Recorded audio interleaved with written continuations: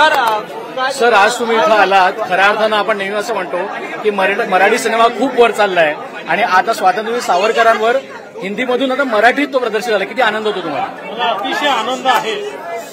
मी खरं म्हणजे रणदीप हुडाजींचं मनापासून अभिनंदन करेन की त्यांनी सावरकरांवर, स्वातंत्र्यवीर सावरकरांवर सत्य सांगणारा सिनेमा समोर आणला.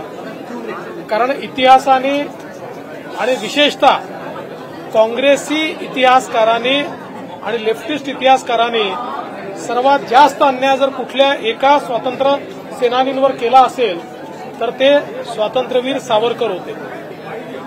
आणि त्यांची जी खरी कहाणी आहे, त्यांचं जे खरं कॉन्ट्रीब्युशन आहे, या सिनेमाच्या माध्यमातून रणदीप हुडाजींनी ते आपल्यापर्यंत आणलेलं आहे. आणि मला आज याचा अधिक आनंद आहे की हिंदीमध्ये रिलीज झाल्यानंतर लोकांना तो आवडत असताना त्यांनी मराठीमध्ये देखील तो आणला. मराठी माणसाकरता स्वातंत्र्यवीर सावरकर एक असं स्वप्न आहे की जे प्रत्येक मराठी माणूस पाहतोच. आणि हा सिनेमा मराठीमध्ये रिलीज होत असताना त्या ठिकाणी उपस्थित राहण्याची संधी मला मिळाली, याचा मला मनापासून आनंद आहे. आणि मी सर्वांना अपील करणार आहे की हिंदीमध्ये बघा, मराठीमध्ये बघा, पण प्रत्येकाने खरा इतिहास जर देशाचा जाणून घ्यायचा असेल, आपले खरे हिरोज कोण आहेत हे जर जाणून घ्यायचं असेल तर हा सिनेमा बघितलाच पाहिजे, असं माझं सगळ्यांना आव्हान आहे. सर आपण नेहमी असं म्हणतो की आपण अनेक लोकांकडून काहीतरी बोध घेत असतो, इन्स्पायर करत असतो. स्वातंत्र्यवीर सावरकरांकडून तुम्ही किती इन्स्पायर झालात? स्वातंत्र्यवीर सावरकरांचं जे चरित्र आहे हे 360 डिग्री आहे. एक अत्यंत विलक्षण बुद्धिमान व्यक्ती, एक निडर आणि बेडर अशा प्रकारचे स्वातंत्र्य संग्राम सेनानी, एक समाजसेवक, एक जाती प्रथेच्या विरुद्ध लढणारे सुधारक, मराठी भाषेला समृद्ध करणारे साहित्यिक, मराठी भाषेला नवीन शब्द देणारे साहित्यिक, अशा अनेक त्यांचे जे कंगोरे आहेत हे सगळे वेगवेगळ्या प्रकारच्या प्रेरणा देतात. त्यामुळे मला असं वाटतं की स्वातंत्र्यवीर सावरकरांनी सामान्य माणसाला प्रेरणा तर दिलीच, पण त्याचसोबत भारतीय संस्कृती, हिंदुत्व याबद्दल ज्या काही चुकीच्या संकल्पना होत्या त्याही स्पष्टपणे समाजासमोर आणण्याचं काम त्यांनी केलंय. आणि म्हणून आम्हाला नेहमीच ते प्रेरणा देत राहतात. आज रणदीप सर आहेत, आज अंकिता आहे बाजूला, त्यांचं तुम्ही ट्रेलर पाहिला असेलच, अर्थात तुमच्या डोळ्यासमोर आला असेल. या बिझी शेड्यूलमध्ये तुम्ही सिनेमासाठी आलात, आज तो आनंद वेगळा आहे की त्यांच्या तुम्हाला शुभेच्छा द्यायला मिळतात त्या दोघांना? मी दोघांचंही खूप मनापासून अभिनंदन करतो. बघा, एक तर आजच्या कमर्शियल युगामध्ये अशा प्रकारचा सिनेमा बनवण्याची संकल्पना ही देखील एक विलक्षण आहे.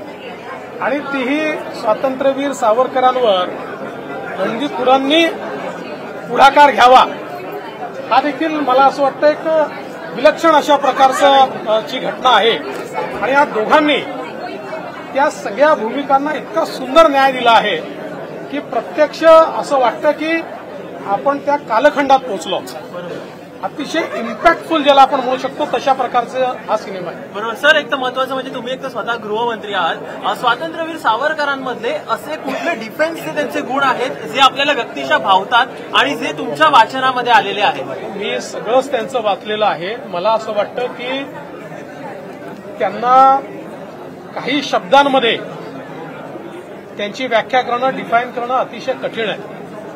त्यांचे जातीउच्छेदक निबंध जर आपण बघितले तर त्यांनी जातीप्रथा का आली आणि त्यांनी कसा आपला नाश केला आणि ती कशी दूर केली पाहिजे याबद्दल त्यांचे विचार हे विलक्षण आहेत.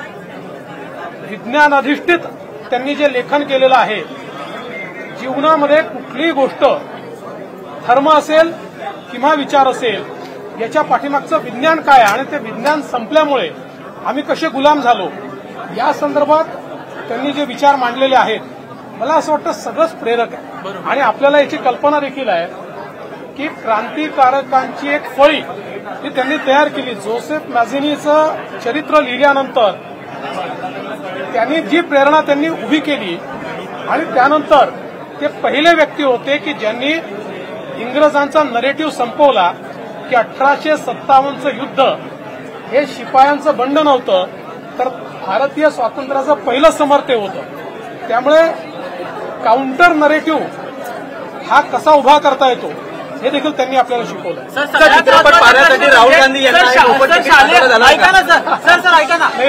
राहुल गांधी हा सिनेमा पाहायला येत असतील तर माझ्या खर्चानी मी पूर्ण थिएटर बुक करीन आणि त्यांना एकट्याला पाहण्याकरता थिएटरमध्ये पूर्ण व्यवस्था करून देईन. सर महत्वाचा प्रश्न म्हणजे सर आपण सर शालेय अभ्यासक्रमामध्ये स्वातंत्र्यवीर सावरकर विषय आहे तर तो कशा प्रकारे आपण अंमलात आणू शकता आहेच. आणि मला असं वाटतं की त्यांच्या या सगळे जे विषय मी मांडले आहेत त्या संदर्भात वेगवेगळ्या प्रकारे आपल्याला मुलांपर्यंत ते पोहोचवलं पाहिजे. पण मी असं म्हणतो की आजच्या परिस्थितीतलं सगळ्यात पॉवरफुल माध्यम काय आहे तर ते सिनेमा आहे. हे माध्यम खऱ्या अर्थानं जास्तीत जास्त लोकांपर्यंत पोहोचतं, युवा पिढीपर्यंत पोहोचतं आणि म्हणून आमचा हा प्रयत्न असेल की आमच्या युवा पिढीने हा सिनेमा बघितलाच पाहिजे.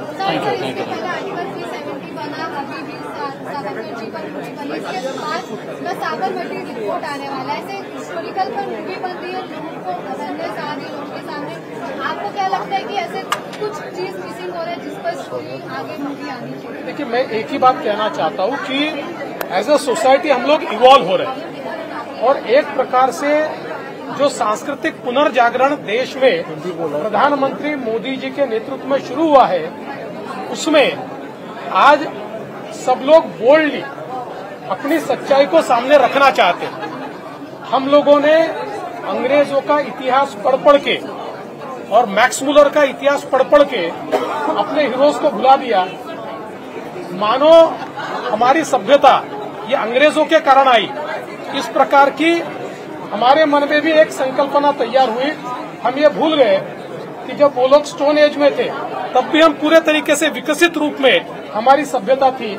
तो आज मैं ऐसा मानता हूं कि हमारे सांस्कृतिक पुनरुत्थान का एक जरिया इस प्रकार की फिल्में हैं जो हमने एज ए कंट्री या हमारी पॉलिटिक्स में हमारी राजनीति में हमने क्या भूल की है, उसके क्या परिणाम हमने भोगे हैं, इसको बोल्डली आज हम डिस्कस कर पा रहे हैं. मैं मानता हूँ ये बहुत अच्छी बात. सर राहुल गांधी जी को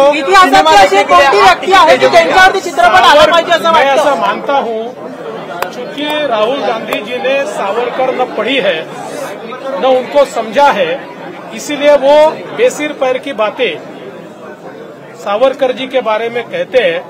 तो मैं निश्चित रूप से उनको अपील करता हूँ कि राहुल गांधी जी भी सावरकर इस सिनेमा को देखे.